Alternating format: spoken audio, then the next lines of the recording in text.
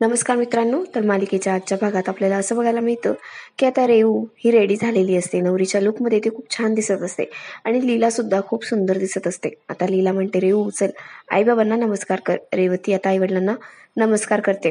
कालिंदीला खूप भरून येतं. ती म्हणते, अगं रेवू, या दिवसाची मी खूप वाट बघत होते. तुझा जन्म झाल्यापासून हा दिवस कधी येतो असं मला झालं होतं आणि बघ ना, आज तो क्षण आला आहे. आता तू या घरात नसणार आहे. तुझ्याशिवाय कशी जगेन ग मी? आणि या घरामध्ये अगदी एकटं वाटेल आम्हाला. आणि हो, आता तिथे जाऊन राजाची राणी हो, चांगला संसार कर आणि तिला आशीर्वाद देत असते. रेवती आता बाबांच्याही पाया पडते. बाबा म्हणतात, रेवती अगदी मनापासून आणि सुखाचा संसार कर, सुखी राहा. आता दोघंही रडायला लागतात आणि लीला सुद्धा खूप इमोशनल झालेली असते. तेवढ्यात रेवती म्हणते, अगं आई असं काय करते? बाबा, एक काम करू का, मी यशला सांगते तू इकडे ये, इकडे येऊनच राहा आणि घर जावाई हो. कालिंदी म्हणते, असं नाही बोलायचं आणि हसायला लागतात सगळेजण. कालिंदी आणि लीला म्हणतात, चला मुहूर्ताची वेळ टाळायला नको, चल बाहेर चल. आणि ते बाहेर येत असतात. इकडे विश्वरूप सगळ्या डेकोरेशन करणाऱ्या माणसांना सांगत असतो की हे बघा, काही चूक होता कामा नाही. आता नवऱ्या मुलाकडचे सगळे जण येतील आणि त्यांच्या अंगावरती फुलांची उधळण करायची आहे. त्यांचं छान स्वागत झालं पाहिजे. फुलं कमी पडता कामा नये. तेवढ्यात कालिंदी बाहेर येत असते ऑप्शनचं ताट घेऊन. आता विश्वरूप म्हणतो, कालिंदी ताई तिथेच थांबा. लीला वहिनींनी किती मेहनतीने रांगोळी काढली, किती सुंदर काढली, त्याच्यावर पाय नका पडू देऊ ना तुम्ही, बघून या खाली. कालिंदी म्हणते, हो, तुमच्या लीला वहिनींनी किती छान रांगोळी काढली ना, दिसतंय मला. इकडे आता यश आणि घरचे सगळे आलेले असतात, दुर्गा वगैरे सगळे. आणि कालिंदी त्यांचं स्वागत करण्यासाठी बाहेर आलेली असते आणि ती बाहेर येते तर यशने सेहरा बांधलेला असतो. कालिंदी म्हणते, अरे यश, तुझा चेहरा दाखव, औक्षण करायचं आहे.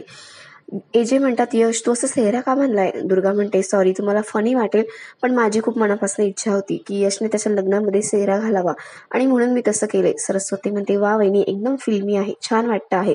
आता यश सेहरा बाजूला करतो. कालिंदी त्याचं ऑप्शन करते. तो पुढे येतो आणि नंतर कालिंदी म्हणते की तुझे पाय दाखव. पाय धुवून जावयाचे पाय धुवण्याची पद्धत असते, सगळं रीती परंपरेनेच व्हायला हवं. आता यशचे पाय ती धुवत असते, त्याचे पाय वगैरे पुसते, त्याचं ऑप्शन वगैरे करते. आता त्यांच्यावरती फुलांची उधळण करण्यात येते, त्यांचं छान स्वागत करण्यात येतं. कालिंदी म्हणते, यश तुझा डावा हात दाखव बरं. आणि ती डाव्या हाताला काळा धागा बांधत असते. एजे म्हणतात, हे काय आहे आई? आता आजी म्हणतात, हे बघ अभिराम, नवऱ्या मुलाला कुणाची दुष्ट लागू नये म्हणून तो काळा धागा असतो. एजे म्हणतात, आई तू विचार विश्वास ठेवते? आजी म्हणतात, अरे हे सगळं करून कालिंदी ताईंना चांगलं वाटणार असेल तर मग असू दे ना, त्यांच्या इच्छेसाठी आपण एवढं करू शकतो. आता इकडे किशोर हा बाहेर आलेला असतो. त्याच्या माणसांना लीलाला मारण्यासाठी त्याने बोलवलेलं असतं आणि तो म्हणत असतो की काय रे, आलात ना तुम्ही इथे, मग लीलाला शूट करण्यासाठी कुठला मुहूर्त काढून देऊ का तुम्हाला? ती माणसं म्हणतात, एजे सर, आणि दुसरं कोणी मंडपात असताना लीलाला कसं काय ठार मारणार आम्ही? तो एजे तिथे नसला पाहिजे ना. तेवढ्यात किशोर म्हणतो, त्याची सोय मी करतो, तुम्ही नका टेन्शन घेऊ. किशोर आता त्या लाईटवाल्याला फोन करतो, जो लीलावरती लाईट पाडणार असतो, आणि त्याला म्हणतो की हे बघ एजे ना, तुझ्यावर संशय आलाय ना, त्यांनी तुला मंडपातून जाताना पाहिलंय ना, आता तू परत मंडपात ये, म्हणजे तुझ्या मागे मागे ते बरोबर बाहेर येतील. एजे की बाहेर आले ना, मग त्यांना आतमध्ये घेऊन जायचंच नाही जोपर्यंत लीलाला मारलं जात नाही तोपर्यंत.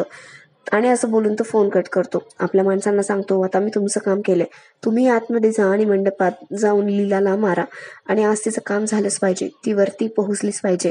किशोर मनातल्या मनात म्हणत असतो की एजे, आजचा दिवस तुझ्यासाठी खूप खराब असणार आहे. तुझ्या आयुष्यातून कायमचं सुख निघून जाणार आहे आणि तू परत एकदा एकटं होणार आहे, असं बोलत असतो.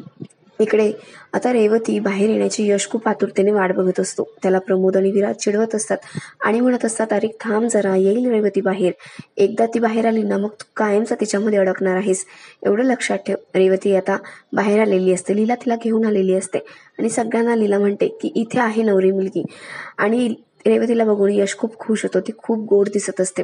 लीला खूप सुंदर दिसत असते. एजे सुद्धा तिच्याकडे बघून खूप मोहित झालेली असतात. आता रेवती आणि यश स्टेजवरती येतात. गुरुजी सांगतात की हे बघा, नवऱ्या मुलाने हे नारळ घेऊन सगळ्या घरात फिरवायचं आहे आणि नवरी मुलीने हे जल सगळीकडे शिंपडायचं आहे. आणि हो, हे करत असताना मागे वळून अजिबात बघायचं नाहीये. आता दोघे जण घरात जायला निघतात. यश आणि रेवती आता घरामध्ये जातात. गुरुजींनी सांगितल्याप्रमाणे रेवती सगळ्या घरामध्ये गंगाजल शिंपडत असते आणि तिच्या मागे यश हा नारळ धरून चालत असतो.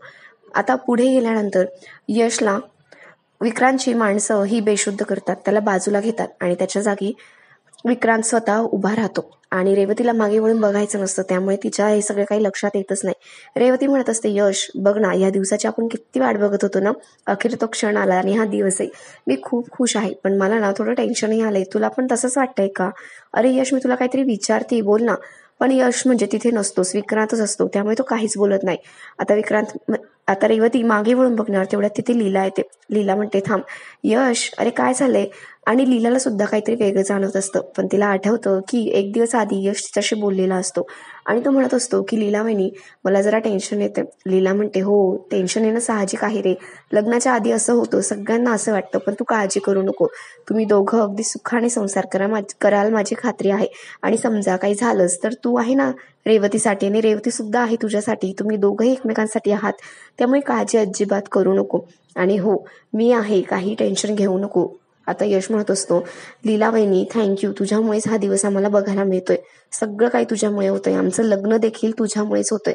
आणि हो लीला वहिनी, लहानपणी ना माझी एक मैत्रीण होती, मला काही टेन्शन आलं ना, ती असा माझा हात पकडायची आणि मला समजवायची, माझं सगळं टेन्शन दूर व्हायचं.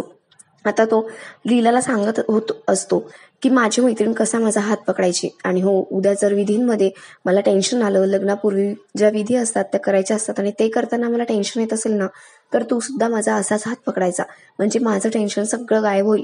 लीलाला आता ते आठवतं. लीला पुढे येते आणि म्हणते, यश थांब, तुला टेन्शन आलंय का? तू मला काल सांगितलं होतंस ना, चल हात पुढे कर. पण आता हा विक्रांत असतो, त्याला कळतच नसतं काय करावं. तो असा नॉर्मली हात पुढे करतो. लीला म्हणत असते, याचं काय चाललंय? आणि ती म्हणते की यश, अरे आपलं ठरलं होतं ना, तू काल मला म्हणाला होता की लीला वहिनी अशा प्रकारे माझा हात पकड, म्हणजे मला टेन्शन येणार नाही. मग आता तुला काय झालंय? आता विक्रांतला काहीच कळत नसतं आणि तो एकदम आपला हात मागे घेतो आणि लीलाला डाऊट आलेला असतो. तेवढ्या तिथे दुर्गा येते. दुर्गा म्हणते, यश आणि रेवती, अरे काय चाललंय तुमचं? पटकन करा ना, गुरुजी बोलवत आहे, मुहूर्ताची वेळ टळायला नको, चला लवकर बाहेर चला. आता लीला म्हणते, थांबा 1 मिनिट, मला यश सोबत बोलायचं आहे, महत्वाचं. तेवढ्यात दुर्गा म्हणते, हे बघा लीलाई, ही वेळ नाहीये, नंतर बोला काय बोलायचंय ते, आत्ता नको. आत्ता त्यांना बाहेर जाऊ द्या. आणि ती काहीच ऐकून घेत नाही.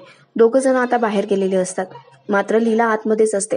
ती म्हणत असते, अहो बघा ना, यश मला काल म्हणाला होता की मला टेन्शन आलं ना तर माझा असा हात पकड लीला वहिनी, पण तोच आता विसरलाय. दुर्गा म्हणते, हे बघा, यासला तो लक्षात ठेवत नाही आणि लग्नाच्या पूर्वी ना असं नर्वसनेस सगळ्यांना वाटतो, त्याच्यामुळे त्याला वाटत असेल, तुम्ही नका काळजी करू आणि आता त्याला भेटू नका, कारण लग्नाचे सगळे विधी पार पाडायचे आहेत. लीला म्हणते, नाही, पण मला त्याच्याशी बोलायलाच हवं, त्याला खूप टेन्शन येत असेल तर त्याचं ते टेन्शन दूर करायलाच हवं ना. ती काही ऐकून घेत नाही आणि बाहेर निघून जाते. दुर्गा म्हणते, ही बाई ना प्रत्येक वेळेला मध्ये मध्ये येत असते, पुढे पुढे करत असते. आता सगळ्या प्लॅनची माती हिने करायला नको, हिला थांबवायला हवं. इकडे किशोरचा माणूस मंडपात आलेला असतो आणि एजे त्याला बघतात. त्याच्यावरती एजेंना आधीपासून डाऊट असतो. तो माणूस आता एजेंना बाहेर घेऊन जातो. त्याच्या मागे मागे एजे जात असतात, कारण त्याच्यावरती एजेंना संशय असतो. तो एजेंना खूप लांबवर घेऊन जातो आणि कुठेतरी निघून जातो. एजे म्हणतात, हे काय, हा माणूस कुठे गेला? याला जर लग्नामध्ये डिस्टर्बन्स क्रिएट करायचा होता तर तो असा बाहेर का आला? याचा हेतू मला इकडे आणण्याचा तर नव्हता ना, मला डिस्ट्रॅक्ट करण्याचा तर नव्हता ना. एजेंना आता हे कळून चुकलेलं असतं, त्यांचा प्लॅन काय आहे ते. एजे पुन्हा आता मंडपाकडे जायला निघतो आणि आपला आजचा हा भाग इथेच संपतो.